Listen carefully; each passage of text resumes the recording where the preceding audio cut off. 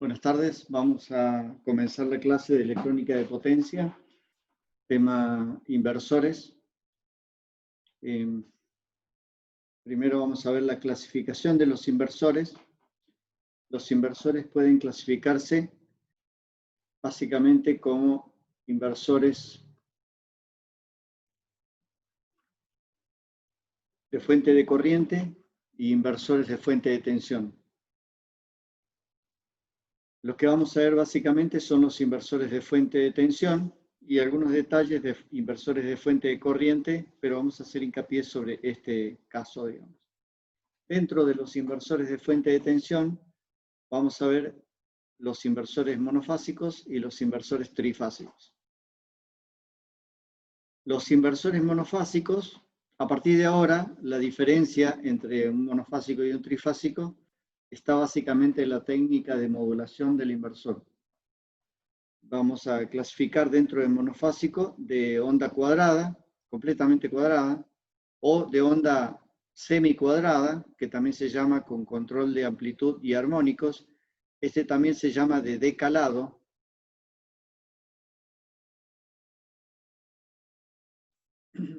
Y los inversores del método que se llama PWM, que son múltiples pulsos.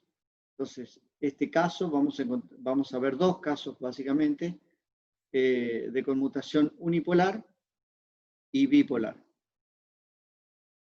Luego vamos a pasar a los inversores trifásicos. Los inversores trifásicos de onda cuadrada, muy básicos, digamos, pero bueno, vamos a ver algún caso muy, digamos, con pocos detalles, porque este tipo de inversores no se están utilizando en la actualidad, pero vamos a analizarlo igual, que serían los inversores de modulación de onda cuadrada, completamente cuadrada, o semicuadrada.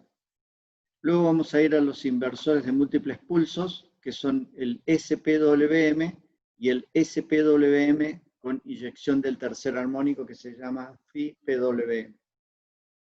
Y luego vamos a pasar a un tipo de inversor que es específico para aplicaciones trifásicas. No se utiliza en monofásicos, que es el PWM del vector espacial, o SBPWM. Y luego vamos a ver algunos detalles, la clase que viene, básicamente trifásico, gran parte vamos a ver la clase que viene, pero algún detalle podríamos llegar a ver hoy. Los inversores multinivel que aplican a distintos tipos de inversores.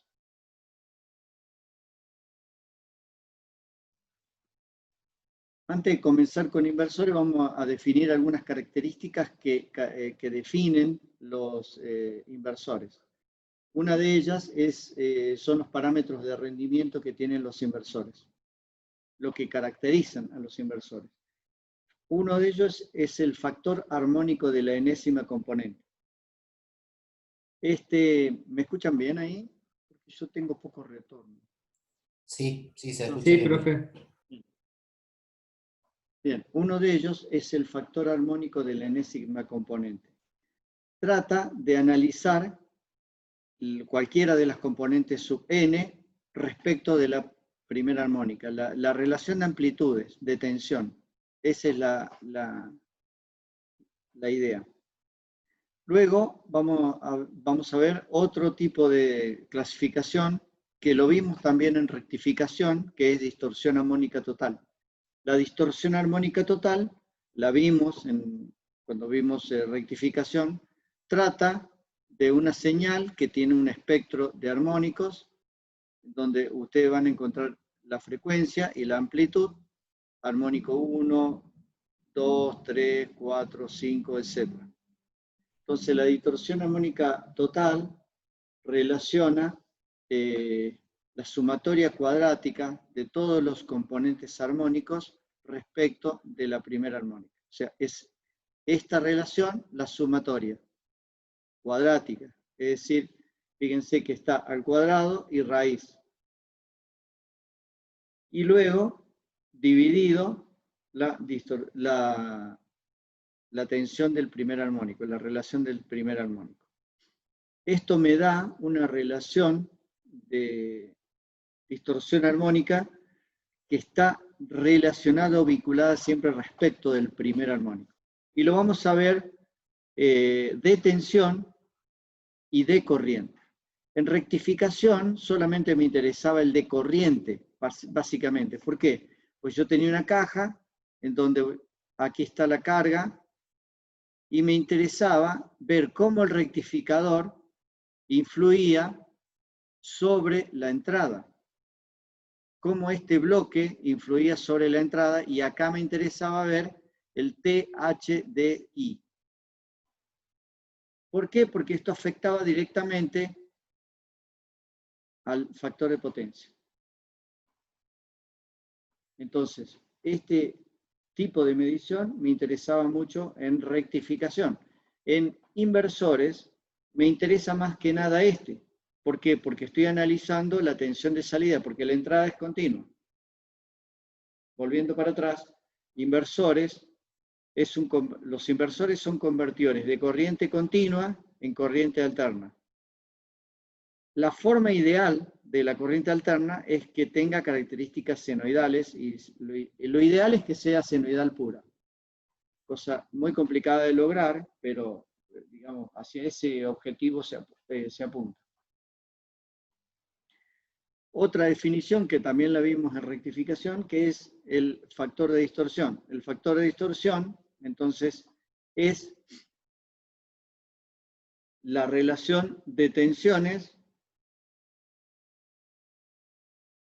sobre n al cuadrado, bueno, esto raíz relacionada con también con la tensión del primer armónico.Nosotros utilizamos esta fórmula para el factor de distorsión, que estaba relacionada con la distorsión armónica total. 1 sobre raíz de 1 más THDI al cuadrado. Este sería el factor de distorsión de corriente.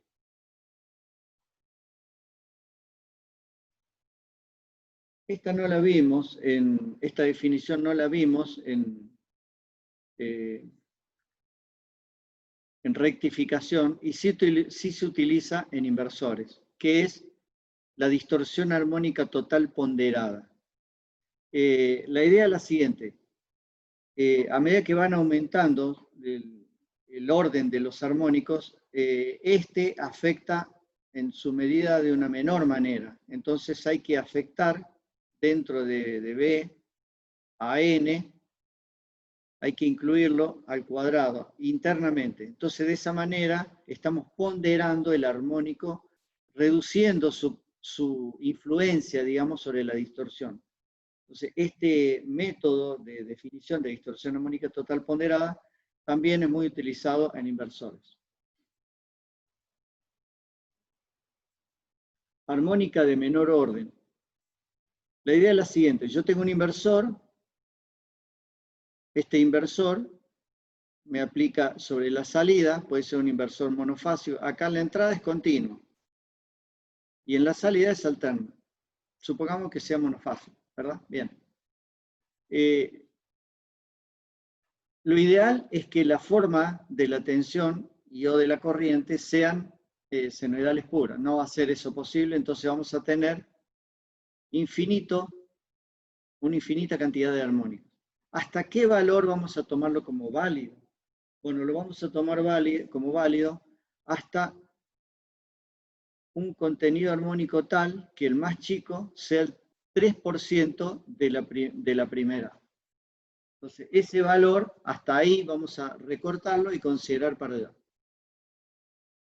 Esa es la idea de definir o acotar la cantidad de armónicos que vamos a analizar como válidos.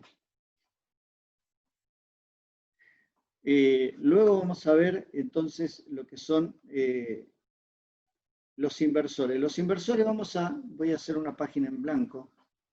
Los inversores lo vamos a definir de dos, digamos, categorías o de dos ideas generales. Una de ellas va a ser cómo definimos el hardware para ser un inversor, y otra, cómo definimos la modulación sobre los transistores, que ahí está la clave para el comportamiento del inversor. Vamos a describir que el hardware que vamos a utilizar, si bien es diferente, hay distintos tipos de circuitos, pero el hardware básico que vamos a utilizar nosotros va a ser del tipo puente completo. Si bien hay inversores, para el caso monofásico, de medio puente con 2 capacitores y 2 transistores, tal cual lo vemos en circuitos, digamos, de fuente conmutada. Pero nosotros vamos a definir, bueno, acá estarían faltando los diodos.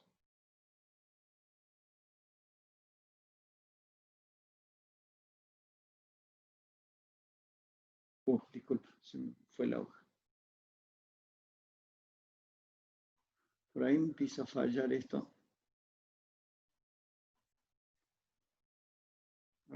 Algo meto la pata. Bien, ahí está. Se ve que el puntero, estoy tocando algo que cuando lo muevo escribe, sin que yo quiera. Bueno, falta de manejo. Bueno, entonces ahí tienen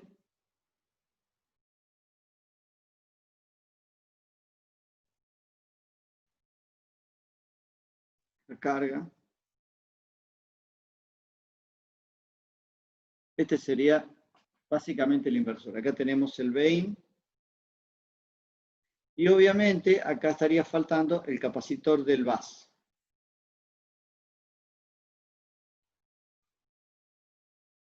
Sobre esto vamos a hacer hincapié más adelante. Por ahora el capacitor lo vamos a obviar. Vamos a considerar que la fuente de tensión es ideal. Este sería el hardware básico de un inversor. Y la diferencia que va a haber entre un inversor y otro, una técnica y otra, va a ser no en este hardware, sino en la manera que conmutamos los transistores. Según cómo conmutemos estos transistores, es el comportamiento que va a observarse a la salida del inversor. Vamos a ver un ejemplo. Hay otros tipos de hardware, pero este es el más común, que sería el típico puente completo, porque el de 2 capacitores y 2 transistores, si bien lo van a encontrar en los libros, pero ¿qué pasa? Los capacitores tienen un límite de aplicación que es hasta 500 vatios, entonces siempre tenemos ese problema con los capacitores digamos, de elegir sus valores y más allá de 500 vatios ya directamente no es aplicable. Entonces, para los fines nuestros, vamos a considerar siempre puente completo como circuito de hardware para los inversores. Lo que va a cambiar entre un tipo de inversor y otro es la técnica de modulación que se utilizan en los transistores. Así que vamos a ver, por ejemplo, aquí tiene un resumen. Yo puedo saturar los 2 transistores Q1 y Q4. Si saturo Q1 y Q4, entonces voy a tener esta llave cerrada de Q1 y la llave cerrada de Q4 y la corriente circulando en este sentido. ¿Qué es lo que observamos acá, arriba, en la parte B? Por otro lado, si cierro Q3 y Q2, y Q1 y Q4 están abiertos, entonces yo puedo cerrar el circuito por el otro lado, por este lado, por acá. Y la corriente, en el primer caso, entonces habíamos dicho que circula así, y en el otro caso circula al revés, en el otro sentido. También podemos generar cortocircuitos en la carga. ¿Cómo lo podemos generar? Por ejemplo, todos los transistores abiertos, cierro Q1 y cierro Q3, y se genera un cortocircuito por el lado superior. O cierro Q2 y Q4 con Q1 y Q3 abiertos y cierro el circuito por el lado inferior. Entonces podemos ver aquí cómo se genera el cortocircuito o cero de tensión en el lado superior y en el lado, en este caso sería en el lado inferior, cómo cierro el circuito. Acá podríamos ver, en este caso, entonces, cómo quedaría la técnica de modulación para este caso. Vamos a analizar entonces, sería así. Primer paso entonces sería, si supongamos que cierro por este lado, entonces yo tengo una tensión entregada a la carga de esta forma. Paso siguiente, supongamos que utilizo el cortocircuito, o sea el D. Con el cortocircuito voy a tener 0 de tensión. Acá está 0. Esto es voltaje y para allá es tiempo.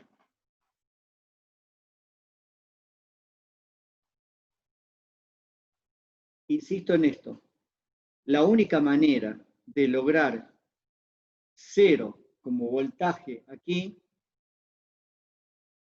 0, es haciendo cortocircuito. Si yo dejo el circuito abierto, no es posible lograr 0 como voltaje. Entonces tengo que generar el cortocircuito, ya sea por el lado superior o por el lado inferior. ¿Cuál de los dos lados? Bueno, es estratégico cómo elegirlo. Puede ser una técnica ya predefinida. Lo importante es que todos los transistores disipen igual cantidad de potencia. Esa sería la idea básica. Bueno, paso que sigue, entonces vamos a generar el circuito C, que sería tensión negativa, y entonces vamos con la tensión negativa. Luego, de nuevo el 0, pero esta vez el 0 por el E. Entonces, primero genero el 0 con el D y luego genero el 0 con el E. ¿Qué pasaría si siempre eligiera el 0 por el lado superior o el 0 por el lado inferior? Si elijo siempre por el lado superior, habría transistores que conducen mucho más o consumen mucho más energía que otros. Entonces ahí estaría observando que hay transistores que van a estar muy sobrecalentados porque estoy haciéndolo funcionar constantemente. Si yo distribuyo por dónde voy a hacer el 0, por arriba y por abajo, todos los transistores van a conducir de una manera equitativa. Y de esa manera yo puedo generar la forma de onda que quiera en la salida. Puede ser único pulso por ciclo o múltiples pulsos por ciclo según la frecuencia con que haga ocurrir esto. Entonces, vamos a ver un ejemplo. Este es un circuito utilizado para generar un inversor y acá tienen una carga que es resistiva e inductiva. En el caso de una carga resistiva e inductiva, entonces vamos a observar en la simulación y empezamos a... Este caso puede ser un caso de onda completamente cuadrada. Primero voy a mencionar algo antes de continuar. Entonces vamos a mostrar que puede haber distintas formas que se pueden generar con el inversor. Un inversor cuya salida es completamente cuadrada sería algo así.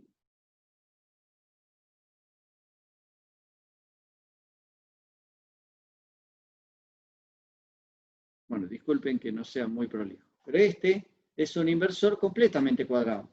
Para generar esa técnica simplemente tengo que saturar Q1, Q4, abrir, saturar Q3, Q2, abrir, Q1, Q4, abrir. Obviamente va a haber un tiempo muerto en ese instante que va a ser esta parte. Esta parte. Acá va a haber un tiempo muerto. Yo no puedo cerrar Q1 y Q4 y luego cerrar Q3 y Q2. Primero tengo que esperar que Q1 y Q4 se abran efectivamente. Entonces, para que esto se produzca, tengo que darle un tiempo adicional para asegurarme que efectivamente se han abierto los transistores. Si la carga resistiva inductiva, y por acá cerraba el circuito así, y yo abro los dos transistores, bueno, la corriente va a tender a seguir circulando en el mismo sentido. ¿Por dónde va a circular? Y por este diodo y por este diodo.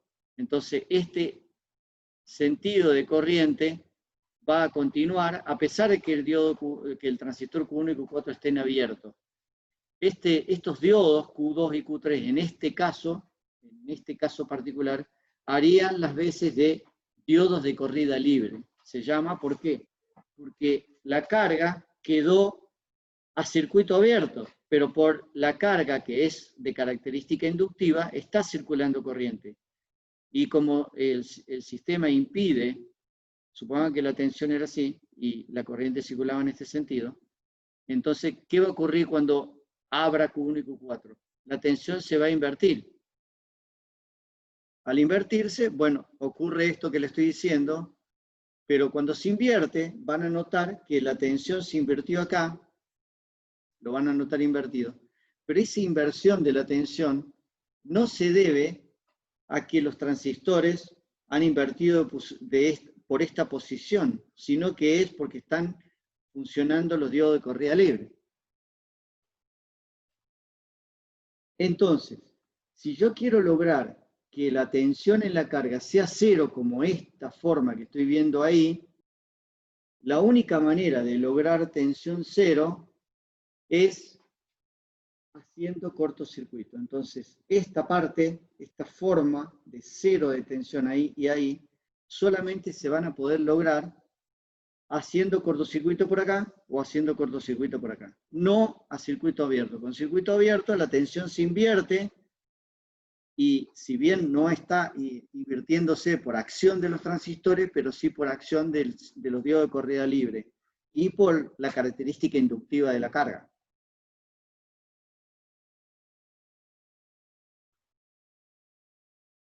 Entonces, acá tenemos dos formas de onda diferentes. Una que podría ser, este es un inversor, vamos a clasificarlo, de un solo pulso por ciclo, porque acá termina el ciclo, de onda completamente cuadrada. Y este, otro inversor, sería un inversor de único pulso por ciclo, pero de característica de onda semicuadrada. ¿Qué ventaja hay o qué característica hay entre uno y el otro? Bueno, en el de la izquierda, de onda semicuadrada, yo puedo aumentar o disminuir el ancho y de esa manera modificar el valor de la tensión eficaz aplicada en la carga. Con el de la derecha no es posible, porque al ser pulso de ancho completo, no tengo manera de modular ese ancho para modificar el valor de la tensión eficaz aplicada en la carga. El valor de la tensión medio es 0, así que no hay, disculpen acá, tenía que haber puesto tiempo y tensión, ahí está. ¿Qué pasa en los casos que yo tengo? Vamos a ir con la modulación. Que yo tengo que el inversor es una caja y yo quiero que del lado de salida esté aislado con respecto a la entrada. Bueno, como vimos en fuentes conmutadas, una manera es aplicar un transformador de aislación. Pero para utilizar un transformador de aislación, yo no puedo utilizar esta forma de pulso porque estoy desaprovechando la característica del transformador. Entonces, no es conveniente utilizar pulsos de un ciclo para utilizar transformadores porque, digamos, el transformador va a trabajar a la frecuencia que estamos hablando, o sea, este sería el periodo, o sea, 1 sobre periodo. A la frecuencia de, si tenemos un inversor de 50 Hz, bueno, el transformador va a ser de 50 Hz. Hay otros métodos mucho mejores que este, que es cambiar por múltiples pulsos. Por ejemplo, yo podría, el de arriba, reemplazarlo por múltiples pulsos uniformes.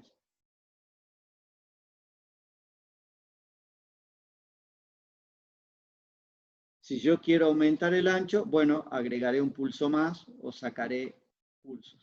Y de esa forma, esta técnica aplicada a un transformador es más eficiente que la anterior. ¿Alguien me puede explicar por qué? Y no se satura el transformador primero. No llegamos a la saturación porque en el otro lado queda una tensión constante durante el ancho del pulso. Exacto, esa es una. Otra.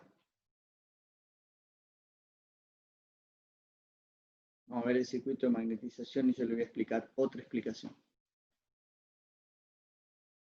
El volumen del núcleo de un transformador o el aprovechamiento de un transformador, algo mencionamos en fuente conmutada, se puede mejorar si aumentamos la frecuencia. Si aumentamos la frecuencia de conmutación, podemos requerir menor volumen para la misma transferencia de energía. A medida que aumentamos la frecuencia que ve el transformador, el volumen requerido empieza a disminuir con esa relación proporcional. El volumen le dice a la cantidad de hierro que necesitamos, a la cantidad de hierro. Bueno, si es de hierro, si es de ferrite, será el volumen del núcleo. No importa el material con que esté hecho el núcleo. El volumen del núcleo del transformador. Voy a mostrar un ejemplo con el único pulso. Sería el de arriba, el de... Vamos a el primer pulso, entonces hacemos el recorrido del primer pulso, se queda, porque sería 0, se queda ahí, luego va para allá, se queda y viene para acá. Eso pasó en todo este ciclo, en todo este periodo. Dio toda una vuelta durante todo el periodo. Vamos a ver cómo es con el segundo.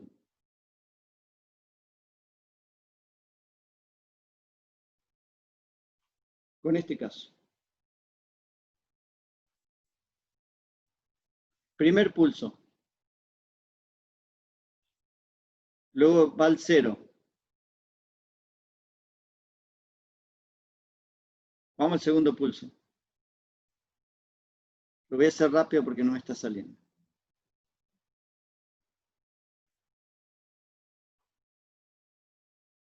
Uno, dos, tres. 1, 2, 3. ¿Qué observaron de diferencia entre uno y otro?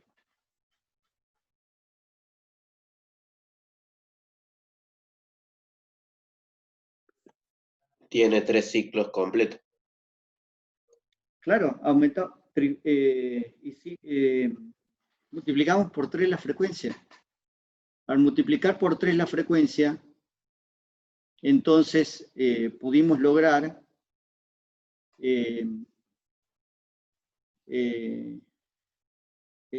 mejorar disminuir el volumen requerido para el mismo caso, digamos, anterior. Con esto agregamos otra cosa, que todo este tiempo hubiera estado saturado el núcleo o cerrada la llave.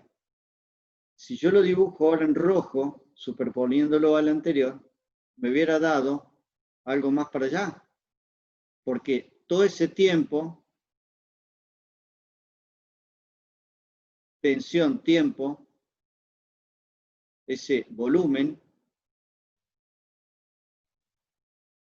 B es proporcional, a la integral de la tensión en función del tiempo en un periodo. Entonces hubiera aumentado mucho más y hubiera alcanzado prácticamente los límites de saturación porque lo tengo mucho más expuesto temporalmente. Entonces es una gran ventaja trabajar en frecuencias más altas para los inversores porque puedo lograr que para la misma potencia yo estoy necesitando menos volumen en los inversores. Por eso van a notar inversores de 2 kilowatts o de potencias altas, que el volumen del núcleo no es tan alto y la salida es de 50 Hz. Y ustedes dirán, ¿cómo puede ser que la salida es 50 Hz y el transformador no es tan chiquito como el de la fuente conmutada? Porque la frecuencia que estamos hablando, o sea, la cantidad de pulsos que estamos haciendo por ciclo, no es como el de una fuente conmutada, mucho menos. Pero igual el volumen es bastante más chico que el anterior. Bueno, dicho esto, vamos a después mencionar otras técnicas de modulación que hay, pero básicamente esa sería la idea general. Profe, una pregunta. Sí. ¿Por qué en las fuentes no se usa esa metodología para reducir aún más el tamaño del núcleo, eso de dividir los pulsos en mayor frecuencia? ¿Qué fuente? En la fuente, digo, en la fuente conmutada, ¿por qué no se usa la misma técnica que se usa en los inversores? Y si esa es la idea de la fuente conmutada. Es más, la frecuencia es mucho más alta que en los inversores. Por ejemplo, es común en un inversor trabajar en 50 kHz, 30 kHz. Sin embargo, en una fuente conmutada estamos trabajando en frecuencia casi el doble.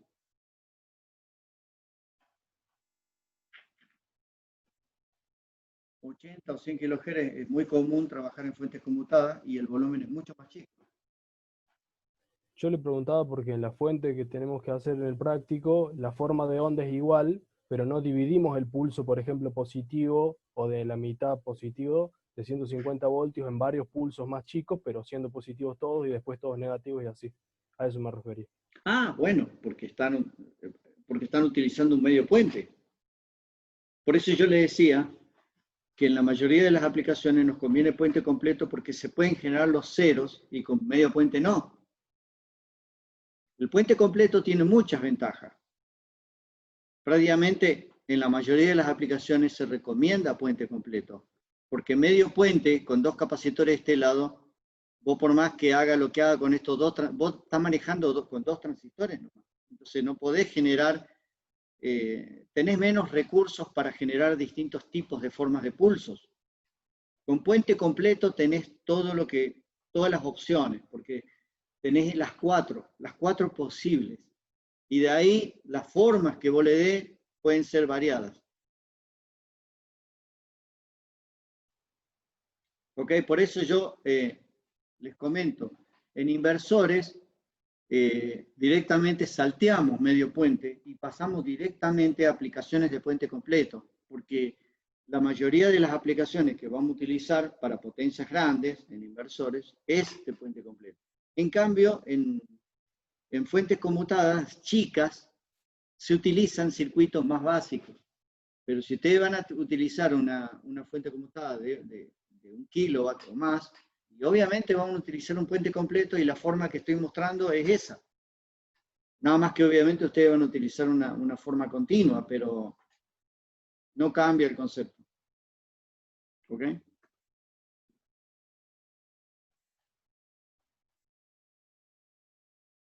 Bueno, acá tienen una simulación, un ejemplo de simulación de un inversor de salida completamente cuadrada, que sería esta. ¿Qué pasa? Pero la tensión es cuadrada. La corriente depende de la carga. Y como la carga resistiva inductiva, van a notar ustedes en la corriente esta forma. Y la forma que van a observar es la que observan acá.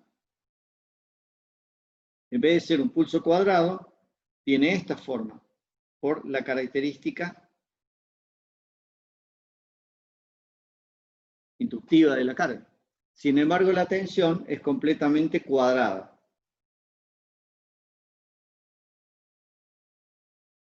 Bueno, no vamos a mencionar mucho, pero ustedes saben que una señal completamente cuadrada, todos los armónicos disponibles son los impares. 1, 3, 5, 7, con un factor de decrecimiento de estos armónicos, 1 sobre n. Y en la corriente van a observar características similares, nada más que mucho más, la pendiente mucho más baja, debido a que tiene un componente también que se agrega que es inductivo. Entonces esto achata mucho más la forma de onda de corriente porque, digamos, la inductancia haría las veces de filtro en este caso. Entonces por eso es mucho más chico la amplitud, el factor de crecimiento es un poco más bajo. Bueno, ahí tiene, para el caso de, digamos, el espectro de Fourier, esta es la ecuación final, digamos, del espectro de Fourier que ustedes están observando acá, que sería esto. Estos armónicos que ven acá, bueno, tienen este comportamiento que ustedes lo han analizado muchas veces. No tiene tensión, digamos, continua, y los armónicos pares no están. Para la corriente, bueno, tenemos que hacer la solución de una ecuación diferencial de primer orden, que en realidad me queda una componente forzada y una natural. La forzada tiene esta forma y la natural tiene la forma exponencial que vimos en rectificación. Y bueno, básicamente tiene esta forma como la solución de una ecuación diferencial de primer orden, válido para estos instantes de tiempo. Y bueno, que sería la forma que estuvimos viendo acá. Esta forma que vemos acá es la forma que van a observar para este caso. Comportamiento del primer orden. Hay otros casos, pero no vamos a hacer más detalles sobre los casos de único pulso, porque los de único pulso prácticamente no se están utilizando. Se están utilizando para inversores de muy baja potencia, pero para una potencia de 1 kW para adelante, ese tipo de técnicas no se utiliza. Vamos a volver a la... obviando el hardware, vamos a ir ahora a la metodología o la forma de modular los transistores de potencia, que se llama modulación del pulso de mando, o sea, la modulación de los transistores y que caracterizan básicamente el inversor, a la salida del inversor. Entonces podemos encontrar control de amplitud y de armónicos o control por decalado, que es esta forma que mostramos recién. Esta forma que está acá es control por decalado o por control de amplitud y armónicos, que es reducir el ancho para poder lograr una potencia eficaz, digamos, requerida, de acuerdo a la potencia eficaz requerida, pues si lo hago un único pulso no podría lograr eso. Luego apareció una técnica, en lugar de utilizar múltiples pulsos, como mostré acá, todos pulsos así de esta forma, en realidad, para que se parezca, esto es tensión, ¿no? Esto es voltaje y tiempo. Para que esta se parezca más a una senoidal, sería ideal que este pulso y este sea más angosto que el de adentro. Y lo mismo acá y acá tengan un ancho menor que este. Entonces termina resultando esto en algo así. Más finito acá, más ancho acá adentro, más finito acá. Esta forma, bueno, cambió el nombre, digamos. Disculpen que no tengo una mano muy buena para dibujar. Pero esta forma se llama SPWM. ¿Por qué? Porque es una modulación de ancho de pulso, que es lo mismo que pero estas son múltiples pulsos uniformes. Esta es modulando el ancho de acuerdo a como yo vaya requiriendo, dejando más ancho adentro y más delgado en los costados, en los laterales, para que se parezca más a una senoidal. Esto se parecería más a una forma senoidal. Se me quedaría algo así. Más parecido porque en los laterales el ancho es menor. Este método, entonces, es más eficiente, tiene menor distorsión armónica total que el múltiples pulsos uniformes. Volviendo para allá entonces. Entonces tendríamos la modulación senoidal del ancho de pulso que se llama SPWM. ¿Por qué? Porque se modula con una tensión senoidal y con un sistema generador de anchos de pulso con anchos distintos según cómo vaya utilizando la técnica. Y como utilizo una senoide para modularlo, entonces la senoide tiene característica que en los laterales tienen menos anchos que en la parte central. Y esto fue introducido por el autor en 1964, por Schroen. Él introdujo esta técnica aplicable para los inversores. Después apareció una variante del mismo método, del SPWM, que se llamó SPWM con inyección del tercer armónico. En lugar de utilizar una senoidal para modular, se utilizó una senoidal distinta, con otra forma, que resultó ser más eficiente para la amplitud del primer armónico. Ya voy a mostrar un poquito más detalles sobre eso. Vamos a duplicar la diapositiva.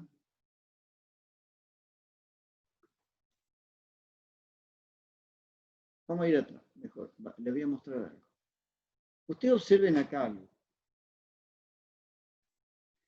Esta técnica, cualquiera de las técnicas como esta de pulso cuadrado, debido a la naturaleza de esta técnica, yo puedo lograr con esta técnica de modulación que la tensión, el primer armónico que es este, tenga una amplitud determinada. Bien, si yo modulo con una señal senoidal con características senoidales, para que en los laterales sea más angosto y en la parte central más ancha, resulta que la amplitud del primer armónico se achata un poco, se hace un poco más chata. Eso es lo que se observó. Entonces, la técnica mejorada de la forma que tiene que tener la señal modulante tipo AM, digamos, dio que se volvió a levantar la amplitud de la primera armónica. Entonces, es muy importante que la manera en que yo module me genere una forma de tensión cuya primera armónica tenga gran amplitud, tenga gran cantidad de energía, porque es el primer armónico el que me interesa en realidad. Entonces, esta técnica logró mejorar la anterior, la SPWM. Este método se llama FIPWM y fue propuesto por Buja y Indrid en 1975. Esa más o menos fueron la manera en que fueron. Luego, apareció una técnica en 1982 aplicable a inversores trifásicos. Este método se llamó PWM del vector espacial, SVM o SVPWM. Estos dos nombres tienen. Y fue desarrollado por Jordan en 69, pero publicado recién en 1982 por Buse y Holtz, que hicieron grandes desarrollos y ellos fueron los que en realidad lo publicaron. Pero fue desarrollado ya en mucho tiempo atrás por Jordan. Y luego aparecen otras técnicas más avanzadas para aplicaciones de inversores, que estas vamos a ver un par nomás, muy rápido porque ya no podemos tampoco dedicarle tanto tiempo a este tema. Vamos a ver solamente algunas ideas generales. Vamos a ir a inversores con un solo periodo por ciclo. Vamos a ver un solo caso, que es cambiando el ancho del pulso, que se llama inversor con control de amplitud y armónica. El nombre más corto, digamos, se llama de decalado. Lo que pasa es que este nombre no es tan común, se utiliza el otro. Bueno, el hardware, de nuevo, es el mismo, simplemente cambio la forma de modular. La forma de modular es la que se ve acá abajo, y genero esta forma en la salida. Este ancho. Y si yo quiero aplicar más potencia a la carga, simplemente aumento el ancho de manera uniforme, tanto en el lado, y ahí voy haciéndolo más ancho, obviamente hasta acá, no puedo superponer un lado con el otro, y a esta parte, digamos, le vamos a llamar alfa, y lo mismo a este semi parte le vamos a llamar alfa. Es la parte que está generado el cero. Esto visto de tensión. Y en corriente, si la carga resistiva inductiva va a tener esta forma, obviamente. Cruzando por cero y luego esta forma. Acá hay dibujados solamente, no están dibujados los cuatro. Pensé que había dibujado algunos, no. Están dibujados todos. Bueno, si quiero analizar el comportamiento, si es verdaderamente cierto que yo puedo modular, ustedes pueden observar, pueden inferir acá que cambiando el ancho está cambiando efectivamente el valor eficaz de la tensión aplicada en la carga. Pero vamos a analizar el valor eficaz en particular. Sería el integral, el periodo estaría dado de acá hasta acá, pero vamos a analizar entonces, podríamos analizar un semiperiodo, de ahí hasta ahí simplemente, y me quedaría la integral entonces desde 0 hasta alfa, sería 0, entonces sería desde alfa hasta pi menos alfa. Ese me daría esta parte. Y considerar un semiperiodo de acá hasta acá y analizar solamente esa parte. Como estoy analizando el valor eficaz, es posible lograrlo. Y ahí analizo, entonces, el valor eficaz. El periodo sería pi en lugar de 2pi, y desde alfa hasta pi menos alfa. Raíz. Y la tensión al cuadrado. Ese es el valor eficaz. Cuando evalúo la integral, me queda Bin raíz de 1 menos 2 alfa sobre pi. Puedo observar que cambiando alfa, estoy cambiando el valor eficaz aplicado en la carga. Y también puedo analizar lo mismo, la forma, viendo la forma, puedo analizar la serie de Fourier que me da. Y me da esta forma como serie de Fourier, y este es el valor general, el valor Bn, en donde puedo observar que acá alfa está metido adentro y n, para lo cual podría observar que hay valores que se multiplican entre alfa y n que me hacen que el coseno dé un valor 0.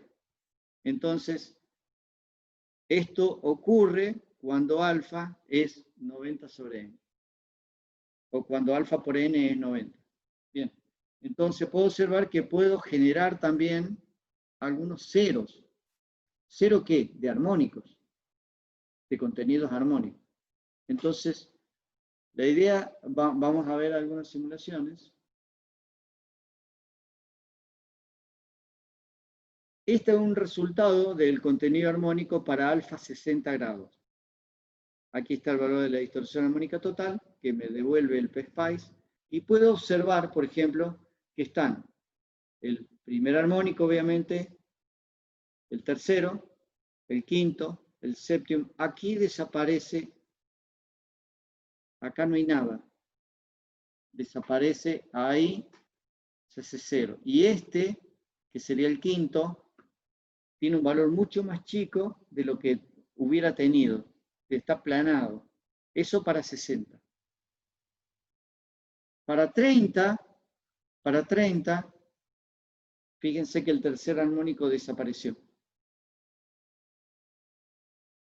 Y este también se mantuvo, no está. Y este también. Pueden observar entonces que 30 grados me da un espectro de Fourier bastante bueno. ¿Qué quiere decir? Que la forma de salida va a ser bastante parecida a una senoidal. Primero porque el primer armónico, ahora, la amplitud del primer armónico es lo que me interesa saber, si esta amplitud es toda la tensión del VAS posible o está cayendo algo. Fíjense, acá está el valor, 342, y vamos a ver qué tensión yo estoy utilizando. A ver.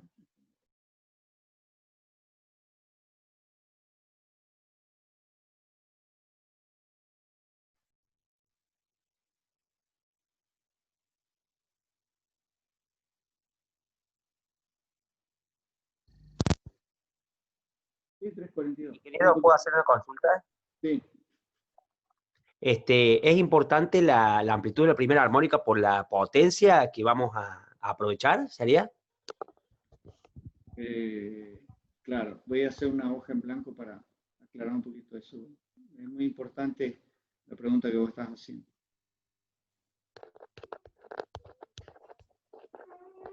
La idea es la siguiente. Yo tengo el VAS. El VAS tiene una tensión. Supongan que rectifico 220, rectifico y filtro. El valor ideal, el mejor de los valores factibles, sería 310 voltios, 311 voltios. Vamos a suponer que yo puedo lograr, digamos, 310 voltios. Supongamos que puedo lograr eso como valor de tensión rectificada, ¿verdad? Bien, entonces esa tensión lo pongo en el inversor.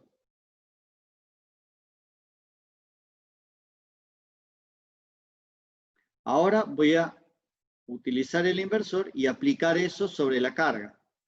Y ahora voy a analizar acá si la tensión, qué valor pude lograr como valor máximo de tensión del primer armónico. Lo que puede ocurrir es que el valor de amplitud del primer armónico, por ejemplo, vamos a decir un valor.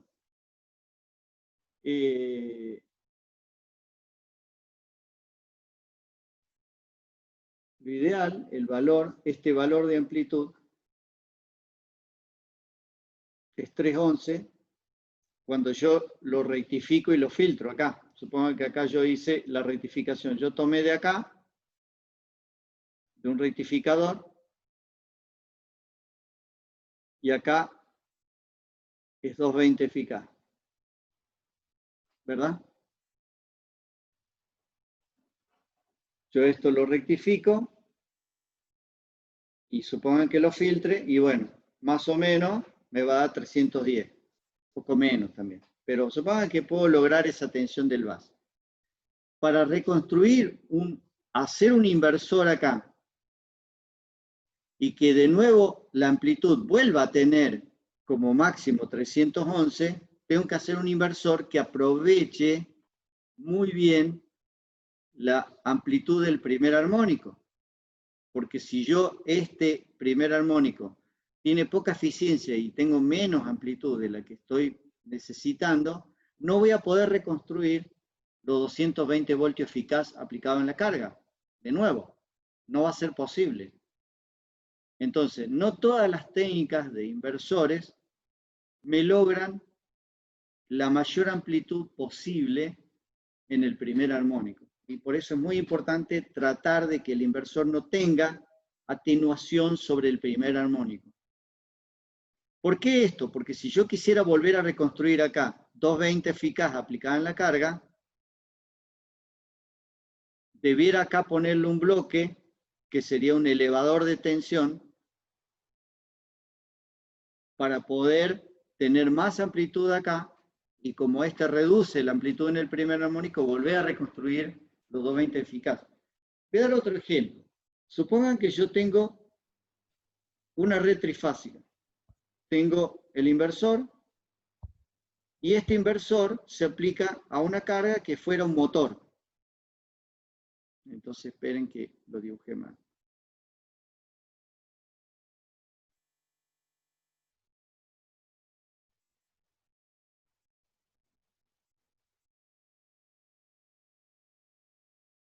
Bueno. Trifásico de nuevo.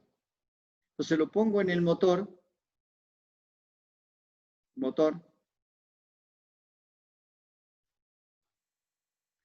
Pero ¿qué es lo que yo quisiera?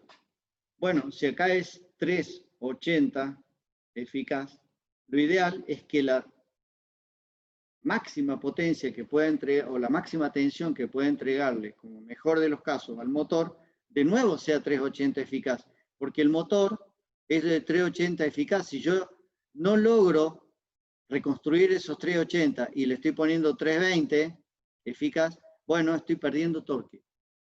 Estoy perdiendo posibilidades de par en la carga porque mi inversor no pudo reconstruir la tensión, el voltaje de la primera armónica.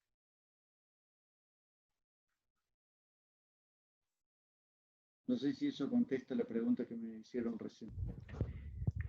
Sí, sí, está claro, ingeniero. Aparte, la energía también se desaprovecha en los armónicos, ¿no es cierto? A medida que Sí, lo la ideal, suma de todo. ese es otro tema muy importante.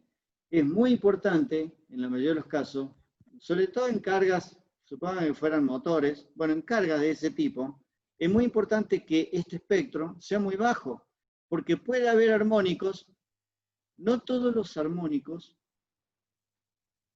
en las cargas, como los motores, generan par positivo. Puede ser que este armónico o este armónico genere par inverso, negativo. Entonces la amplitud de los armónicos que generen par negativo debieran ser lo más chico posible. Y lo ideal es que no estén, porque todo esto se disipa en forma de potencia de calor y lo ideal es que si no van a contribuir en el par, por lo menos que no vayan para atrás, que no contribuyan con par negativo. Pero en forma de calor seguro van a contribuir. Entonces, sería importante reducir el contenido armónico también. Por eso es muy importante que las técnicas de inversores tengan características en base a los requerimientos de la carga. Obviamente, depende de la carga. ¿Hay alguien que tiene el volumen? Por favor. Sí, era yo, ingeniero. Era yo que estaba por... El audio. Era desactivo. Listo. Bueno, entonces me interesaría en un inversor que tenga un bajo contenido armónico, pero además que la magnitud del primer armónico sea el más alto posible. Profe, Sí. ¿y cuál sería el objetivo del inversor? O sea, rectificar y después volver a tener una onda casi senoidal de la misma tensión. ¿Cuál Se me sería el mezcló, no sé. objetivo? Sí, que lo que explico recién, que lo rectificaba y devolvía, o sea, tener 380. Bien. Yo mostré un ejemplo de cómo se desaprovecharía la magnitud del primer armónico, comparándolo con la tensión de entrada. Pero en general los inversores lo vamos a ver como un convertidor de DC en AC. Entonces, de este lado, tengo una continua. No tengo una alterna, tengo una continua. Que yo haya mostrado toda esta parte, simplemente era para mostrarle las características o comparativas del primer armónico de salida con el primer armónico de la red. Pero en realidad, el inversor sería algo así como esto. De entrada una continua y de salida una alterna. Pero voy a responder tu pregunta aplicado a una carga. ¿Por qué digo esto? Porque la carga puede ser cualquier cosa. La carga puede ser un inversor aplicado en un UPS para una PC, donde ahí el requerimiento es muy distinto. Pero supongamos que el requerimiento de la carga fuera un motor. ¿Por qué hacer todos estos pasos? ¿Por qué poner acá un convertidor AC-DC y luego el inversor? ¿Por qué hacer estos pasos? Si yo al final de nuevo vuelvo a tener la alterna. Esa es la pregunta que me hiciste vos. ¿Para qué voy a rectificar y filtrar y después volver a hacer un inversor si ya lo tengo acá de este lado? Ya tengo la tensión alterna del lado de la red. Lo que pasa es lo siguiente. La carga, como un motor, en muchas ocasiones requiere otra frecuencia, no la frecuencia de la red. Por ejemplo, 80 Hz, 100 Hz, cualquier valor, desde 2 Hz en adelante, hasta cualquier cosa, hasta 150 Hz. ¿Por qué? Porque la variación de la velocidad del motor, por ejemplo, un motor síncrono, la variación de la velocidad es función de la frecuencia sincrónica de la entrada. Entonces, si yo tuviera solamente una frecuencia fija de 50 Hz, no podría lograr variar la velocidad del motor. Con este método de variar la velocidad síncrona. Hay otros métodos, pero con este método en particular que estoy queriendo mostrar ahora. Entonces, en muchas aplicaciones hay cargas que requieren, no solo eso, requieren dos cosas. Variar la frecuencia digamos, del circuito de alimentación y el valor de la tensión. Son dos cosas. La amplitud de la tensión y la frecuencia. Si bien yo estoy haciendo énfasis de que esta amplitud tiene que ser la mayor posible, pero yo puedo variarla. No se olviden que yo estoy intentando buscar técnicas que puedan modificar la tensión aplicada en la carga, pero modulable desde mi circuito de control. Entonces, el inversor puede ser de frecuencia variable o de frecuencia fija, pero de amplitud siempre variable, o de amplitud controlable. Esa sería la idea. Entonces tengo varios requerimientos. En cambio, un inversor para un UPS, para una PC, bueno, tiene que ser de frecuencia fija y ahí sí estaría tu pregunta de por qué utilizar. Bueno, porque en un UPS, por ejemplo, cuando se corta la red, yo me quedo solo con la batería del UPS. y tengo que seguir administrando la carga a la tensión alterna.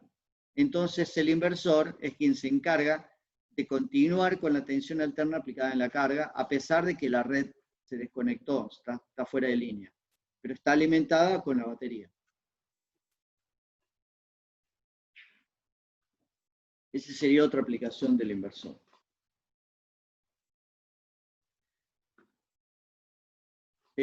Bueno, volviendo al inversor que estábamos mostrando, entonces, este es un inversor de decalado que es posible variar con un ángulo alfa de 30 grados, mejorar el espectro de armónicos. Por ejemplo, yo podría dejarlo fijo en 30 grados y desaparece el tercer armónico y aparece recién el quinto, pero con una amplitud muy baja. Y yo podría hacer un filtro muy fácilmente realizable de potencia para eliminar todos estos armónicos y quedarme solamente con el primero. Pero como el tercero no está, hacer un filtro que parta del quinto sería algo mucho más sencillo de implementar, porque sería algo así. ¿Entienden?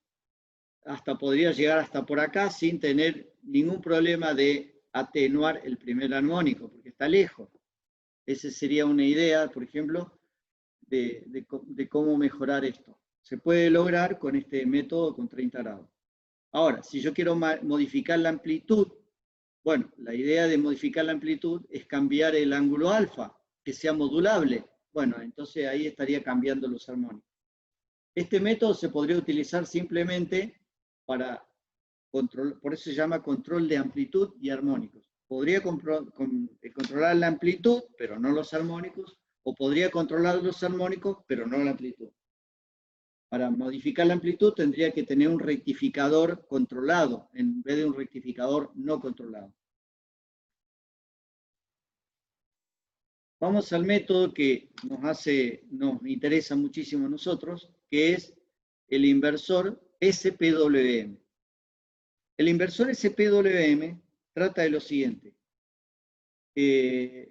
Una señal de portadora y una señal que genera la modulación. La señal de portadora, si bien acá está dibujada con frecuencia parecida a la modulante, es de frecuencia alta, que sería la frecuencia del tren de pulsos que voy a obtener en la salida. Y la modulante va a ser, cuya frecuencia va a ser la frecuencia del primer armónico. Y lo que se hace es simplemente comparar una con la otra y voy a obtener este tren de pulso que estoy mostrando acá como resultado de esta técnica. Vamos a hilar un poco más fino. Por ejemplo, si yo utilizo esta forma que está mostrado acá, comparada con la senoidal, y obtengo, a raíz del comparador, fíjense que este pulso y este es mucho más angosto que los centrales. Y estoy logrando una técnica que es la que esperaba tener, que se parece mucho a una señal senoidal. Si bien es cuadrada, completamente cuadrada, pero en su estructura tiene una distorsión armónica total menor, aparentemente, debido a que tiene una estructura más parecida a una senoidal. Este método se llama SPWM unipolar. ¿Por qué? Porque durante todo el primer semiciclo es positivo y cero, positivo y cero. En el segundo semiciclo es negativo y cero, negativo y cero. No cambia la polaridad dentro de un semiciclo. Es siempre positivo cero o negativo cero. Por eso se llama unipolar. Después tenemos otra técnica que se llama SPWM bipolar.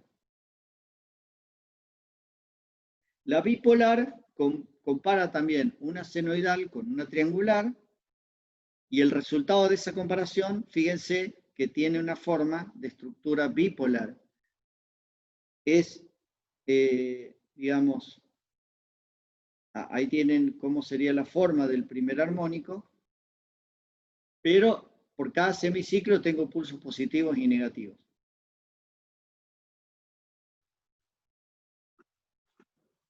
Estas dos técnicas son utilizadas. Vamos a ver cuál es mejor que la otra. Primero vamos a ir a las definiciones de hacer esta comparación de una señal senoidal con una triangular.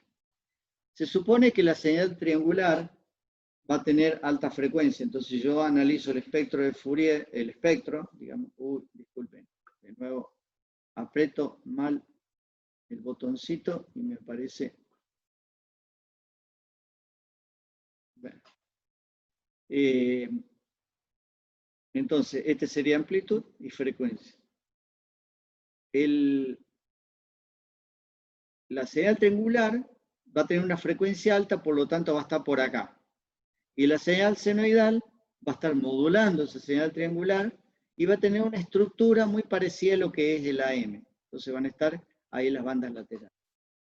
Ese sería ideal, digamos, el mundo ideal. No es tan ideal, digamos, pero está lejos de, digamos, de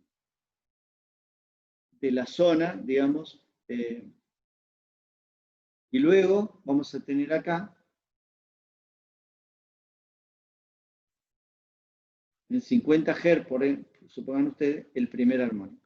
Y el espectro digamos, de armónicos va a estar lejos a la frecuencia de la señal triangular. Esa sería la idea. Vamos a hacer algunas definiciones. Índice de modulación de frecuencia.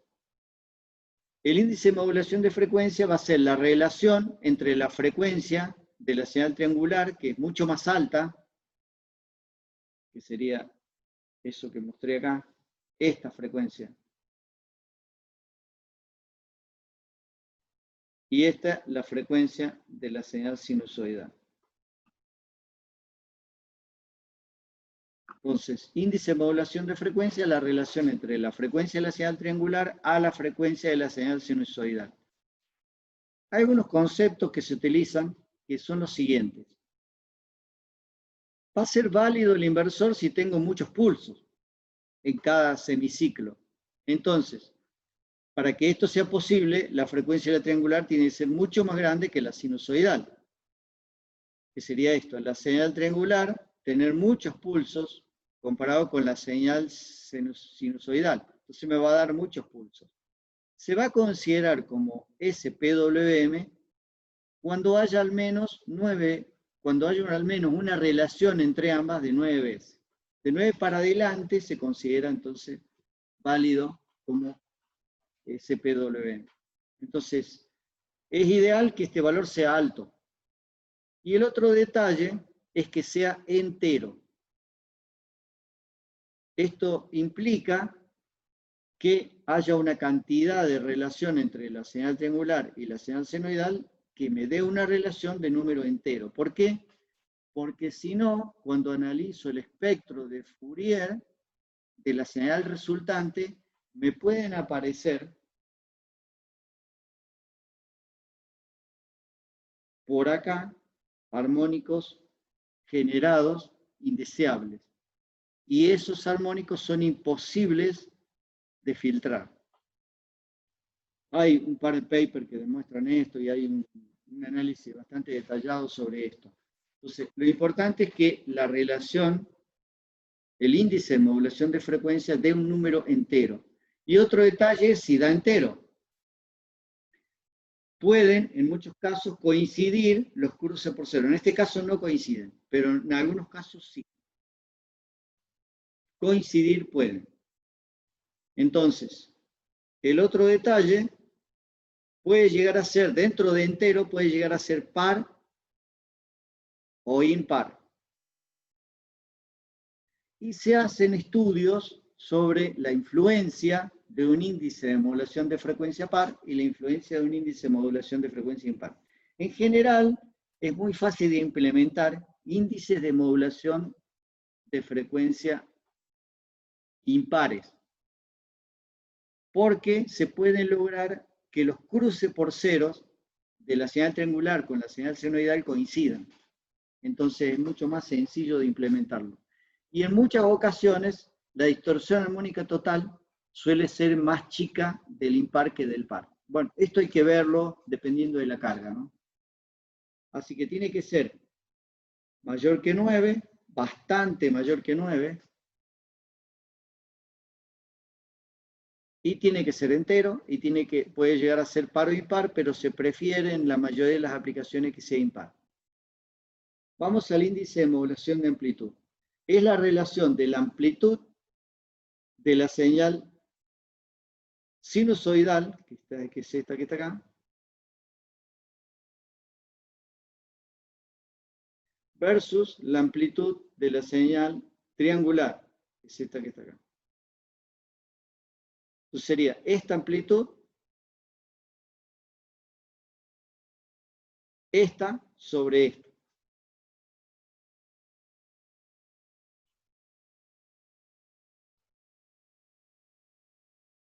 Sería el pico máximo de la senoidal. Claro, la amplitud máxima de la senoidal dividido la amplitud máxima de la triangular. Puede darse, por ejemplo, que me dé la amplitud, vamos a cambiar la amplitud.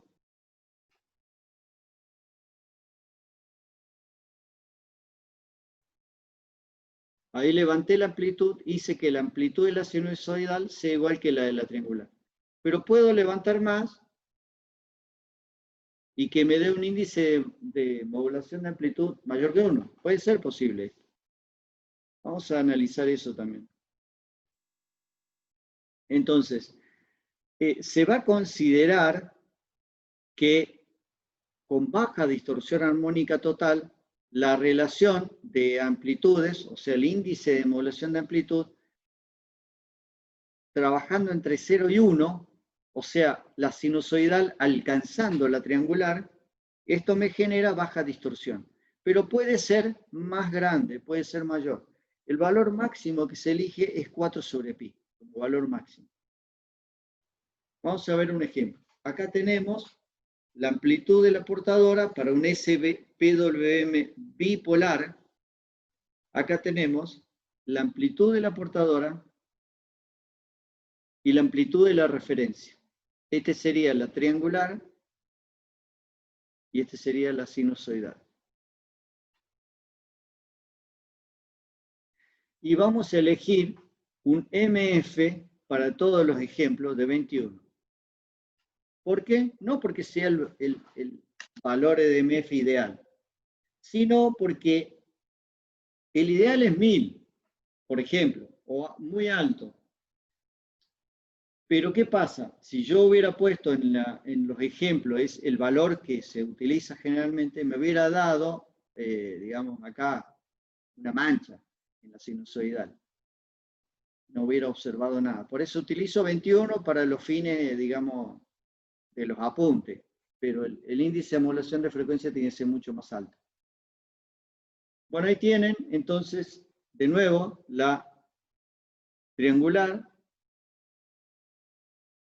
y la sinusoidal con un índice de modulación de amplitud de 0,6. Un 60% de la triangular. Y ahí tienen el espectro o la forma de onda de corriente y la forma de onda de tensión. Esta es la forma de onda de tensión bipolar. Acá no se observa mucho, pero en los laterales tienen menor amplitud que en la parte central. Se observa mejor esto cuando aumenta el índice de modulación de amplitud. El índice de modulación de frecuencia es 21. Esta parte se parece mucho más a una senoidal porque es la forma de onda de corriente con una carga resistiva inductiva. Si quisiera hacer el análisis o el espectro de Fourier de la tensión de salida, de la VO, sería muy complicado de realizarlo, muy complejo. ¿Por qué? Porque primero me tendría que quedar quieto con solo un índice de modulación de amplitud y de frecuencia. Pero supongamos que es fijo el índice de modulación de amplitud. El índice de modulación de amplitud es variable, es la variable de control, así que esto para nada va a ser fijo.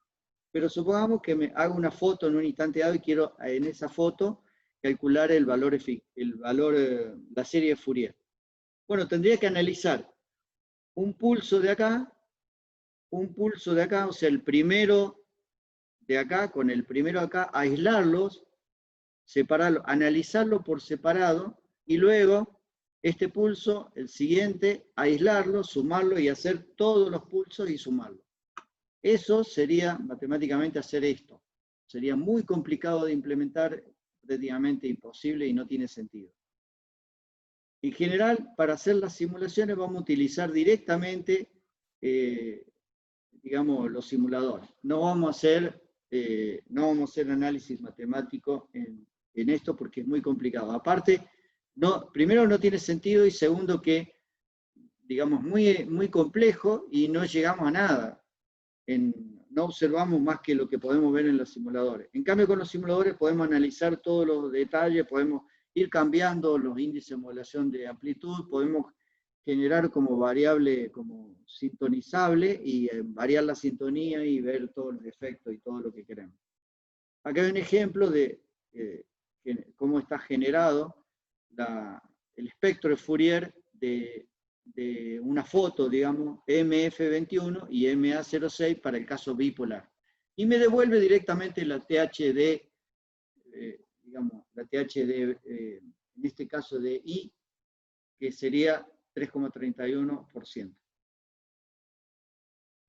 Pueden observar de este lado corriente, voltaje, y acá tienen el primer CD armónico que se encuentra, y acá está el primer armónico. El primer armónico está a 50 Hz, sería 50 Hz, y luego el primer CD armónico lo van a encontrar en 1 kHz, porque estamos utilizando índice de modulación de frecuencia de 21.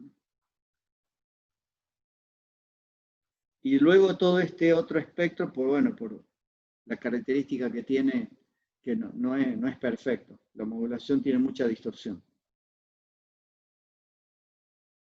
Vamos a aumentar la amplitud. Llegamos a MA1.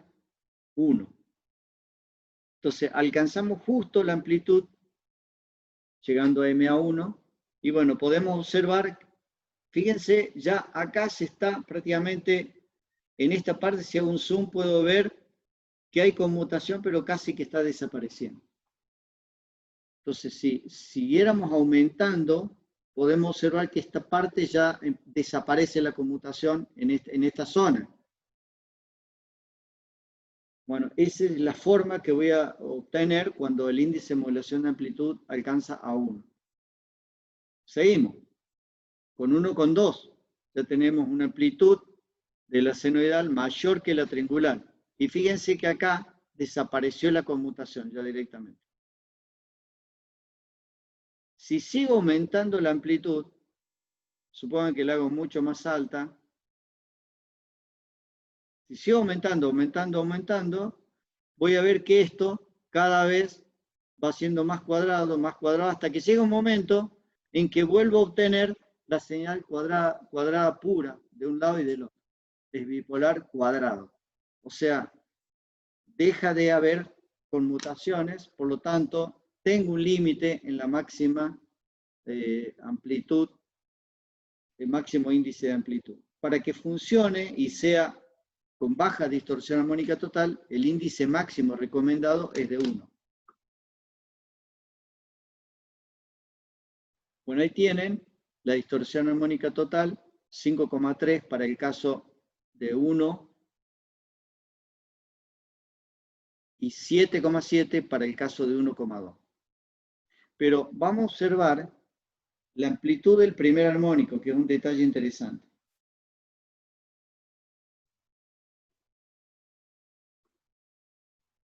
¿Observan lo que está pasando? ¿Qué observan? Que el de 1,2 el primer armónico más alto. Claro, yo puedo aumentar un poco más la amplitud del primer armónico hasta 1,2 o algo así. El espectro se ve empeorado, ya empieza a aparecer una basura de este lado, algunos armónicos alrededor de la primera armónica. En cambio, en 1, fíjense que no hay nada, está completamente limpio. Y la distorsión del primer CD armónico, ojo que esto está a 1 kHz, por lo tanto de faz no es tan complicado de filtrar. Pero acá ya empieza a aumentar, pero en contraposición yo tengo una amplitud del primer armónico mucho más alto. Así que en muchas ocasiones voy a sobremodular con el objetivo de lograr mayor amplitud en el primer armónico, tanto de corriente como de tensión. Esta es la amplitud que hubiera logrado y estaría por acá con 1,5. Entonces, en general, se va a utilizar como índice de modulación. Acá se empieza a achatar ya la relación de amplitudes y después ya es cuadrada. Así que ya esta parte no es lineal y empieza a haber gran distorsión y se acercan los armónicos y se parece ya directamente hasta que se iguala con un pulso completamente cuadrado con la forma que ya hemos visto. Vamos a ver el caso unipolar. La anterior es la bipolar. La unipolar, bueno, utiliza una técnica analógica, digamos, de 2 señales senoidales invertidas con la triangular, y bueno, y con eso logro esta forma de tensión y esta forma de corriente, para la misma carga anterior, ¿no? Esta es la forma, o sea, unos ceros, y esta es la forma de la salida. Si comparo la unipolar con la bipolar, quisiera que observen esto. Fíjense acá, hagan hincapié en esta, la corriente, comparándola con la corriente y la tensión. Con la tensión no se van a dar cuenta mucho, pero con la corriente sí están observando que tiene mucho más pulsos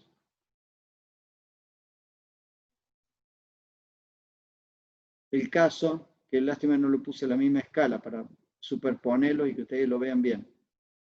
Pero tienen menos pulsos con esta, con la bipolar, que con la unipolar. Con la unipolar, fíjense, como que duplica la frecuencia. Lo pueden observar en la forma de la corriente. Y ahora vamos al espectro. Este es el espectro para MF21 de una unipolar y MA6. Fíjense que el primer CD armónico está en 2 kHz y en el otro, el primer CD armónicos,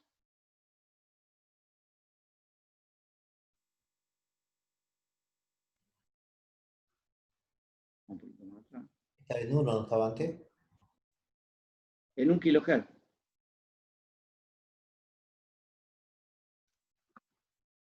Y en la bipolar, el primer CD armónico lo van a encontrar al doble de la frecuencia de la triangular. Entonces, está mucho más alejada todavía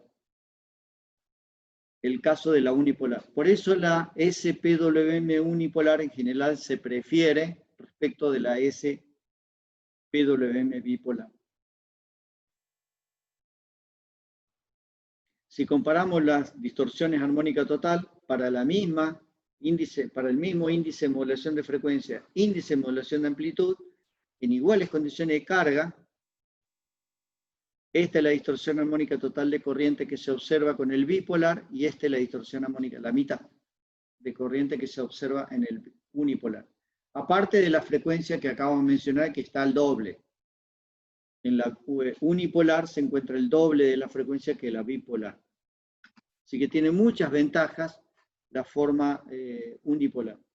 Se prefiere la técnica unipolar porque incluso se parece mucho más esto a una sinusoidal que la anterior, porque la anterior en realidad está pasando por valores positivos y negativos. Entonces, pues, es de esperar que no se parezca tanto a una sinusoidal.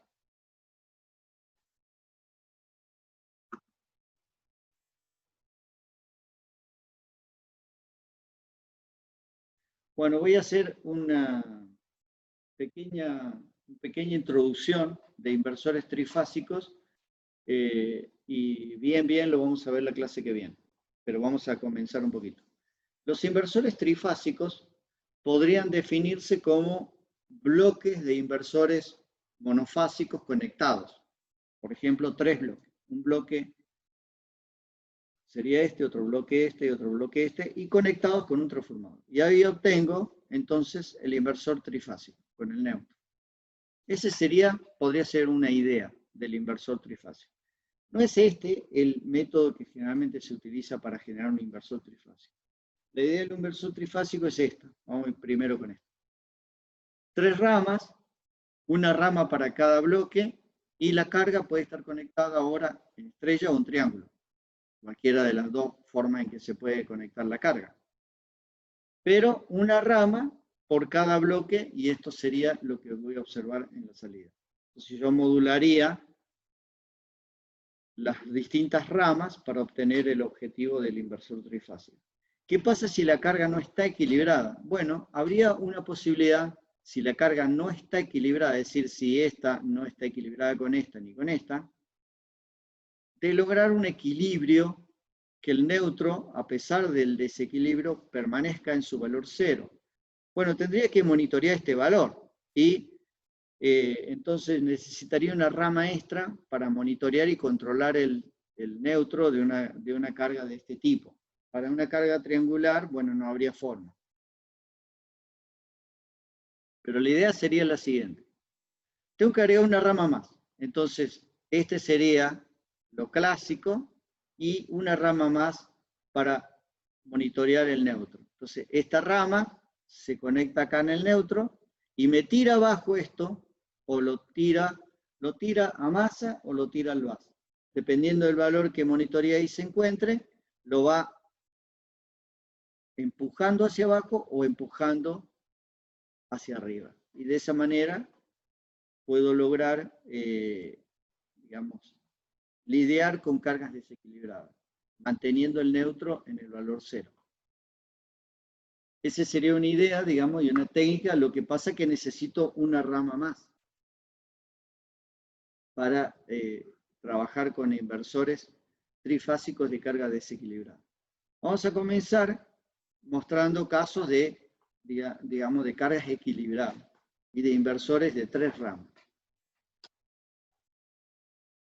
De nuevo, los inversores pueden ser de único pulso por ciclo. Entonces, este es un caso de una forma de tensión que se puede lograr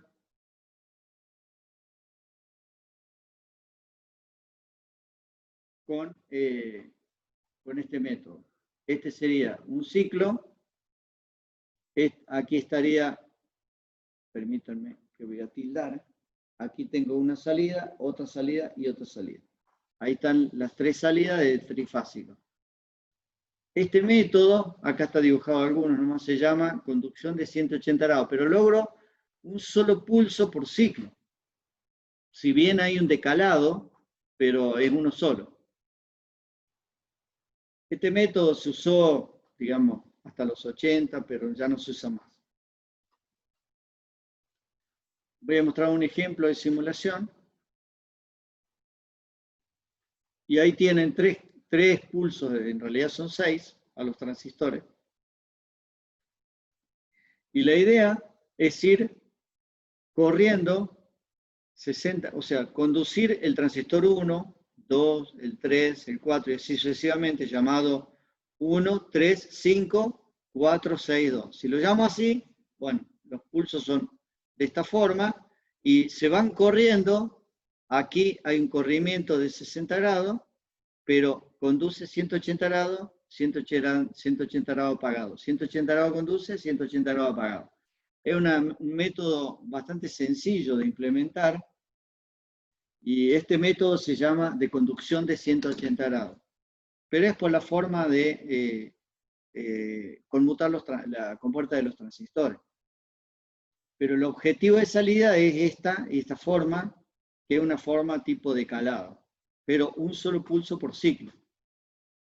Bueno, haciendo la simulación yo dibujé solamente 3 de los 6 y esta es la forma que voy a ver en la salida, pero la forma que observo acá, en la carga, en los bornes de la carga, depende de la naturaleza de la carga y de la forma en que esté conectada la carga. Acá la carga está conectada en estrella y la forma que yo voy a leer entre la tensión de una fase BAN, siendo N acá, sería de una forma. Distinto fuera si esto está conectado en triángulo y yo midiera la tensión BAB o BAC o BCB o lo que sea. Depende de dónde mide y cómo lo mida, es lo que voy a observar. Así que vamos a mostrar justamente eso. Acá yo dibujé, entonces, lo que se observa cuando yo tengo una carga conectada en triángulo. Y la tensión que puedo observar es la tensión máxima, medible, luego 0, luego mínimo, luego 0 y así. Y lo mismo la siguiente corrida 120 grados. ¿Qué pasa si la carga, en vez de estar conectada en triángulo, como está observando acá, la conecto en estrella, con la misma configuración de circuito? Simplemente cambio la carga, nada más. Voy a observar esto que está acá. Lo dibujé a los dos. BAB, BBC y BCA. Esta es la forma que voy a observar si está conectada en triángulo. Y esta es la forma que voy a observar si está conectado en estrella. Fíjense que veo una forma distinta de tensión. Y no cambió nada. Lo que está cambiando es la carga y lo que observo sobre la carga. Acá mido tensiones entre fases y acá mido entre una fase y el neutro. Voy a hacer un análisis muy básico para explicar esto.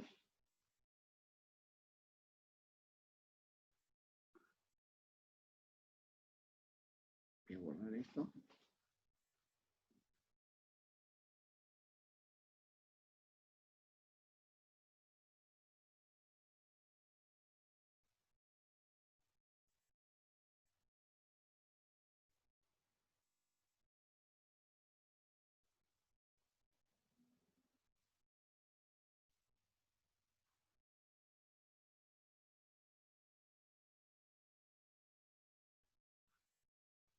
Bueno, el capacitor del VAR lo voy a dibujar, pero no viene el caso.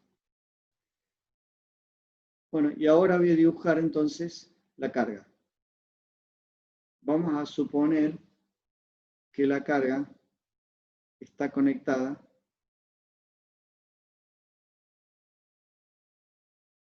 primero en triángulo y luego en estrella. Supongamos que lo conectamos en triángulo.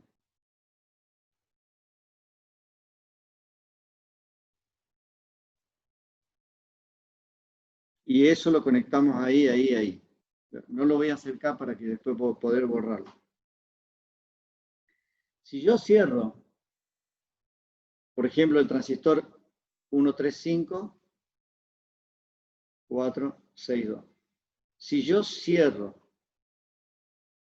por ejemplo, 1,2, ¿qué voy a observar? Voy a observar que la tensión aquí está conectado y la tensión acá está conectado. Entonces voy a observar una tensión aquí en los bornes que están acá, entre estos dos. ¿Y qué valor de tensión? La tensión del VAS. Completamente. ¿Lo ven? Si yo solamente cierro 1,2, voy a observar toda la tensión del VAS aplicado a estos dos bornes, aquí y acá. Vamos a ver qué pasa si yo lo conecto en estrella. Bien.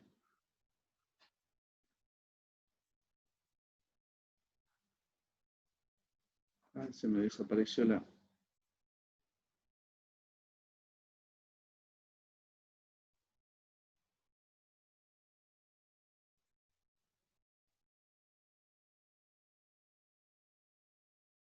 De nuevo cierro 1 y 2. Fíjense lo que veo ahí. Veo este.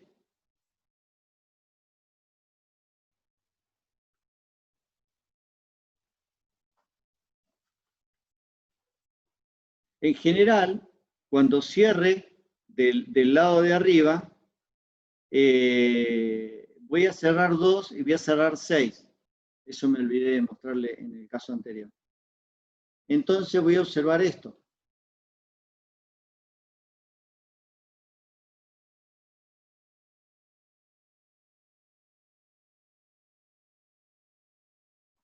¿Y cuál es mi interés? Ver esta.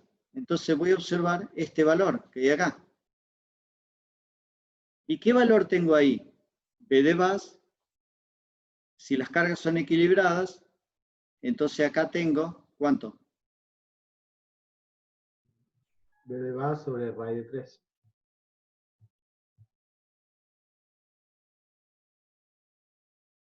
Dos tercios de B de base. 2 2 tercios. de B de base. ¿Ok? ¿Qué es lo que estoy observando acá? Un segundito que se me volvió loco. Bien. En realidad va a estar lidiando con 1/3, 2/3, 1/3, menos 1/3, menos 2/3.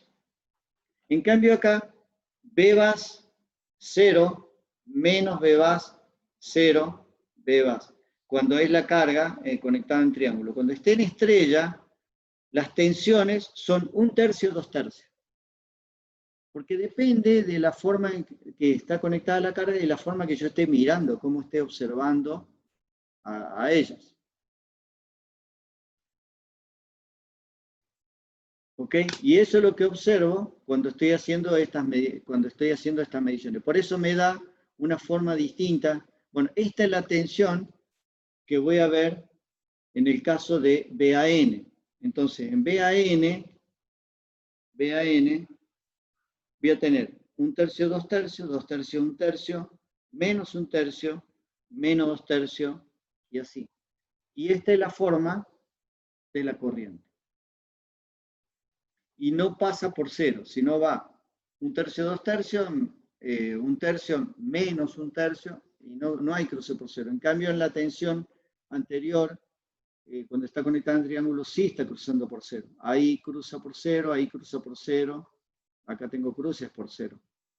Pero es porque cómo estoy mirando la carga. Así que en un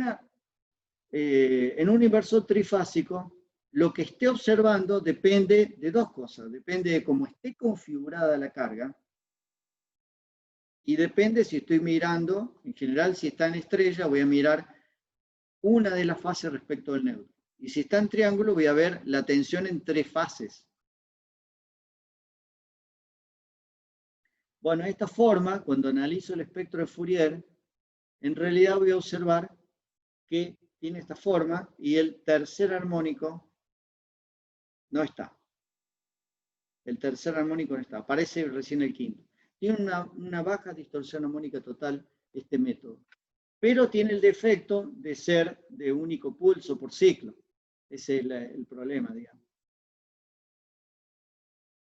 Bueno, lo que es PWM lo vamos a dejar para la clase que viene. Entonces, la clase que viene vamos a ver los métodos PWM para aplicaciones trifásicas.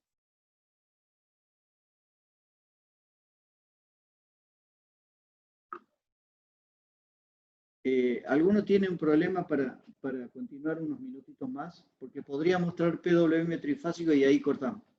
Es corto, no es muy largo el tema. ¿Están de acuerdo? Sí, yo de mi parte sí. Bueno, si nadie dice que no, seguimos unos minutitos más. Así podemos terminar Sí, créeme que no PWM, tengo pero problema. es un poquito más, ¿no? Es corto.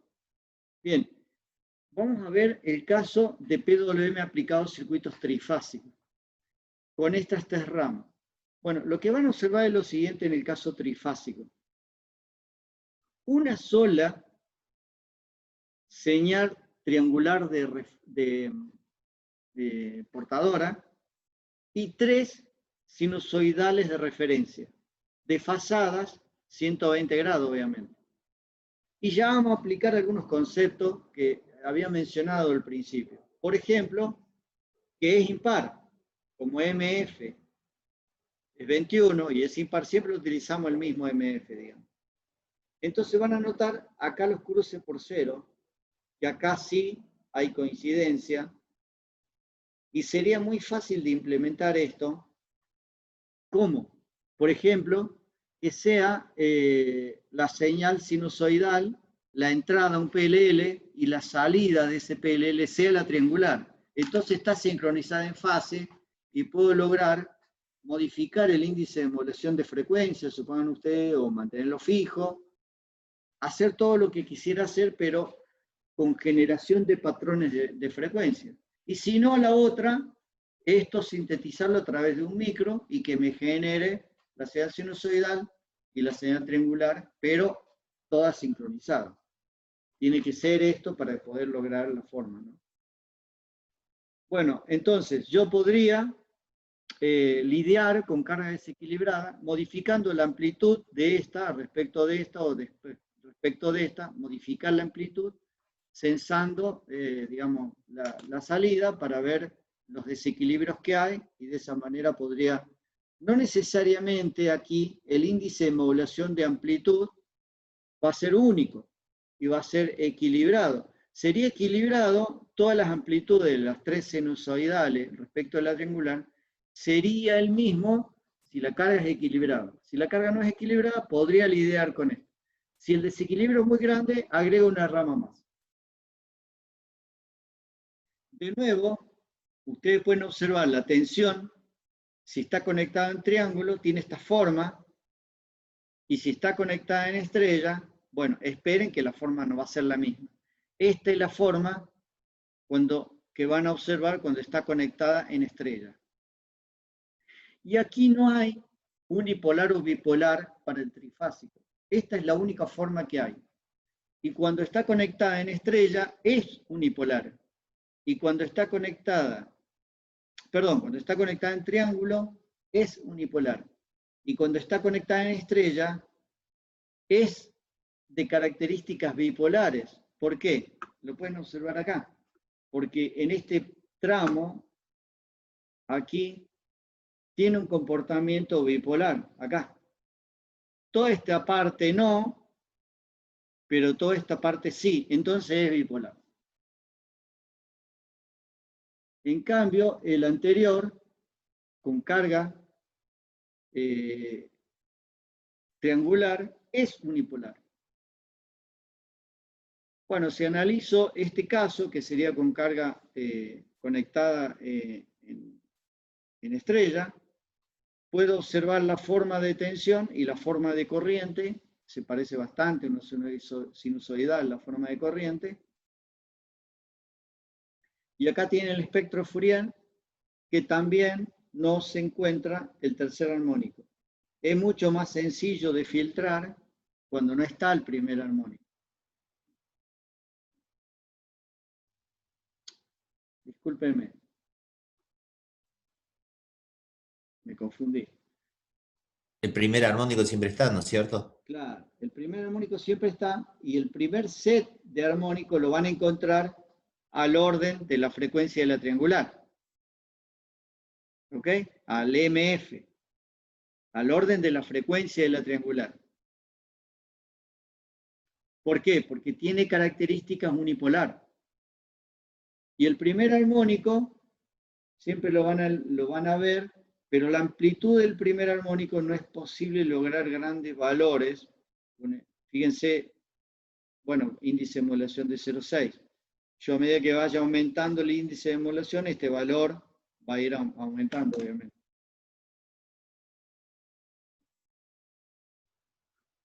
Voy a mostrar una simulación, por último.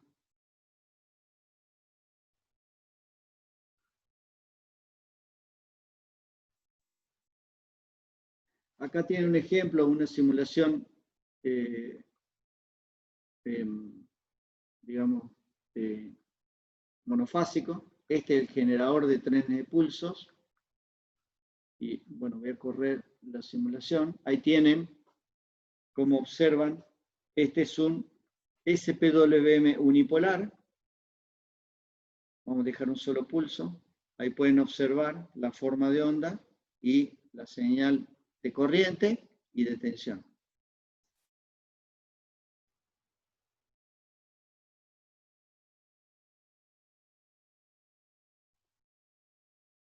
Ahí pueden ver, fíjense que es bien angosto en la entrada y más ancho en la parte central.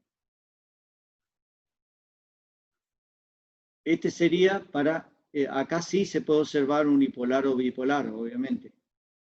Vamos a ver otro ejemplo, un SPWM trifásico con carga de esta característica. Acá tienen la generación, esto es lo que está en el apunte, lo van a ver así puesto en el apunte. Y ahí tienen la carga. Esta resistencia que le puse aquí es para poder hacer mediciones. Si no, yo quiero medir la corriente acá, podría medirlo, pero si no está la resistencia, como la llave es ideal, hay problemas para hacer las mediciones. Voy a correr la simulación en este caso.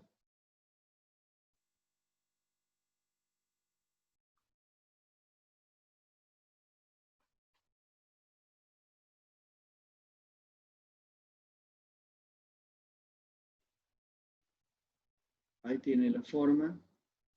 Vamos a borrar un poquito. Ahí tiene la forma. Vamos a agregar un plot.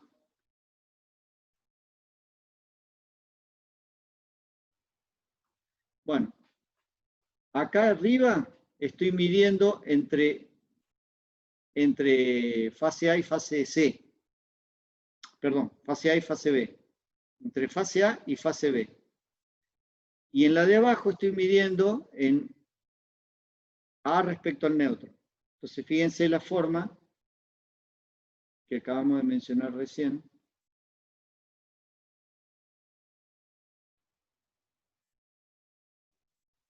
Como observan la tensión, la característica de tensión, cuando está conectado en estrella o cuando está conectado en triángulo. La forma de tensión que ustedes observan es distinta, sin embargo el inversor es el mismo y la carga es la misma, pero depende de dónde estoy mirando. Obviamente siempre me va a interesar, cuando es una conexión, en este caso en estrella, ver la tensión de una fase respecto al neutro. Y cuando está conectado en triángulo voy a observar, me va a interesar observar BAB, BC y BCA.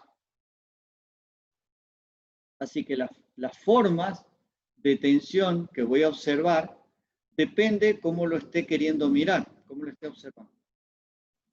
¿Ok? Eso es lo que van a observar en la... Pero en el inversor trifásico, si yo acá puedo modificar la amplitud, la tensión eficaz aplicada en la carga y podría modificar la frecuencia. ¿Cómo modifico la frecuencia? Variando la frecuencia de la señal triangular. Cambio la frecuencia. Y obviamente la de la sinusoidal. Las dos tengo que variar a la vez para mantener el índice de modulación de frecuencia, ¿no? ¿Cómo se logra eso? Bien, con un PLL. Con un PLL yo simplemente cambiando la frecuencia de la entrada, que sería de la sinusoidal, obtengo una frecuencia distinta a la salida, manteniendo la proporción de n, que sería la relación de índice de modulación de frecuencia. Lo puedo hacer como vimos en PLL o lo puedo hacer con un sintetizador, digamos, un generador de síntesis, con un chip que me haga este proceso, que es lo mismo que haría con un PLL. Bueno, ¿preguntas?